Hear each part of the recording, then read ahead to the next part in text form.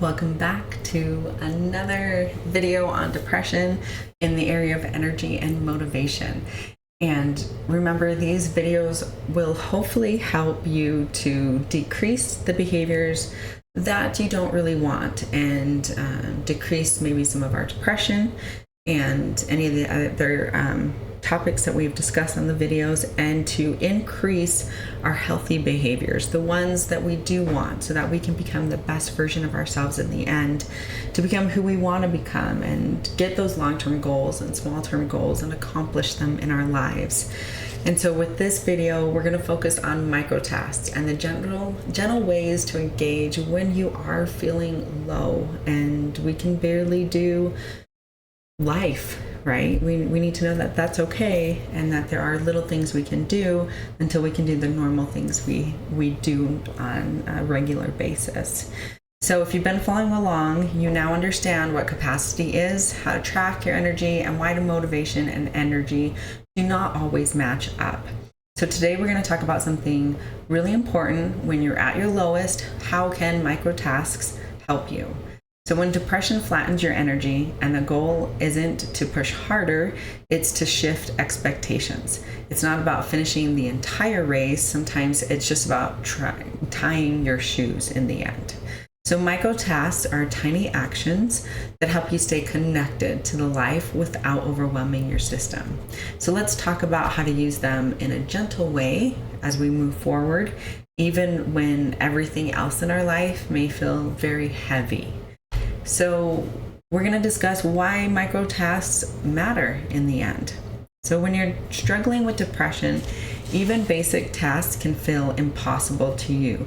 You may look at your to-do list and shut down before you even begin, right? That can become extremely overwhelming, especially when we're at our lowest. But here's the good news. You don't always have to do it all, and you just have to do one small thing. So microtasks are important because they build momentum without pressure, interpret shame spirals by creating a sense of progress, and signal safety to the brain. I'm still here and I'm still trying. For an example so instead of cleaning the whole kitchen, maybe just wipe down a countertop. And instead of taking a shower, maybe just use a warm washcloth to wash off your face. And instead of replying to texts, maybe send a heart emoji to one person. These aren't meaningless, they're maintenance for your nervous system. So every small step says, I matter, even on my low energy days. So where is another area that we can start working towards a bigger progress for us? Well, we can just learn how to build your microtask menu. Maybe you don't even know how to start in this area. So let's make this personal. Your microtask menu should be based on your energy level, not on someone else's idea of what productivity is and what it looks like. So you can divide your menu into 3 zones. So zone 1 would be bare minimum. Your energy level would probably be a 0 to a 2. So you'd sit up in bed, you sip some water, you open a window for some fresh air, you change into fresh clothes, even if that's a fresh pair of pajamas for the day, right? Zone 2 would be low energy. You'd be about a 3 to a 5 on the scale of energy. This is, you put dishes in the sink. You walk outside for 2 minutes, write 1 sentence in a journal, listen to some calming music. And then we have zone 3. So that's a slight lift, a 6 to 7 in your energy. You make a simple snack, you call a voice memo a friend, you fold some laundry while watching TV, or you water a plant or tidy one corner of a room. So keep your list somewhere visible, a notebook, a phone note, a tape to your mirror, a wall next to your bed, on your side dresser as well is a good place. And so on tough days, you're not stuck wondering what to do. And microtasks don't replace healing, but they create a bridge back to yourself. And these are always a good thing to create before you're in that low energy zone, right? Where you're barely doing minimal things. So that we already have down what is bare minimum to you, what's low energy to you tasks, and what's light lift. Because if we're in that arena where we're already feeling extremely low energy, And we don't want to start making lists of what to do for micro tasks. We want them there already to grab and be like, okay, I'm going to do a few of these today. Maybe tomorrow I'll feel a little bit better. I'll do a few more and then I'll add to it. And that's what's really important for us to do, is just kind of like replacement thoughts, these micro tasks, tools in our toolkit to keep us grounded, the breathing techniques, all those are really good to have before you're in the situation where you actually need them. So what's another area that we can do to work on microtasks? Well, we could know how to use microtasks without pressure. So let's talk about mindset. The purpose of microtasks is not to turn on the day into a checklist. It's to meet yourself exactly where you are at. So here's how to approach them. Choose one task and only one. That is good enough. Do it slowly, mindfully, gently. This isn't a race. Acknowledge the effort. Say to yourself, that was brave. I'm doing what I can. Some days just changing into clean socks seems like a victory. Other days you might get through 5 tasks from your menu. Either way, you are still showing up for yourself. No pressure, right? How to do everything without any pressure, with no shame, and with self-compassion. So try this phrase when you finish a micro task. That was small, but it mattered. And it does matter. Each act is a signal to your brain that you are actually participating in life, even if it's hard right now to do so. That's why we create the low energy tasks, so that we're just doing something. And it's a small win to where we can look back and say, even on my lowest day, I did something. And so now I can do something again.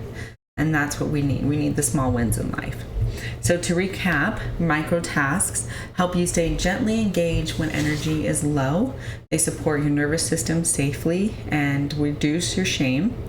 They build your own microtask menu you can make on tough days so that they are more manageable for you. And most importantly, small does not mean insignificant. So in our next episode, we'll explore what influences your energy, like food, sleep, screen time, and movement, and how to make supportive shifts without pressure. So now we're at the comment section, right? This is a great area for you to drop a comment to let others know how it's going. Somebody might actually really like your comment that you made, because maybe they're struggling, and you can put down a comment of your micro task that you do, or what you do on a low energy day, and how you apply that, and how does that make you feel at just doing one small task. Drop a comment if you're struggling and you're not even able to do one task. What is that like for you? What's it like on your low energy days? How does that, are you giving yourself self-compassion? Is that how you're showing up for yourself for the one small task for the day? It's just self-compassion that you're here on this earth and you're going to make it through the day, and then you're going to make it through the next day. And so remember that you are not defined by what you accomplish.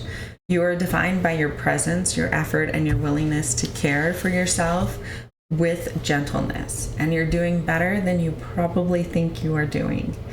And so if you do have, you're not sure what comment to drop below, here is a question for you. What's one micro task you're proud of doing recently, even if it felt small? So here's the other section that I really like, and this is where I get to talk about the journals and the children's book that I did create, and how these are supplements to these videos.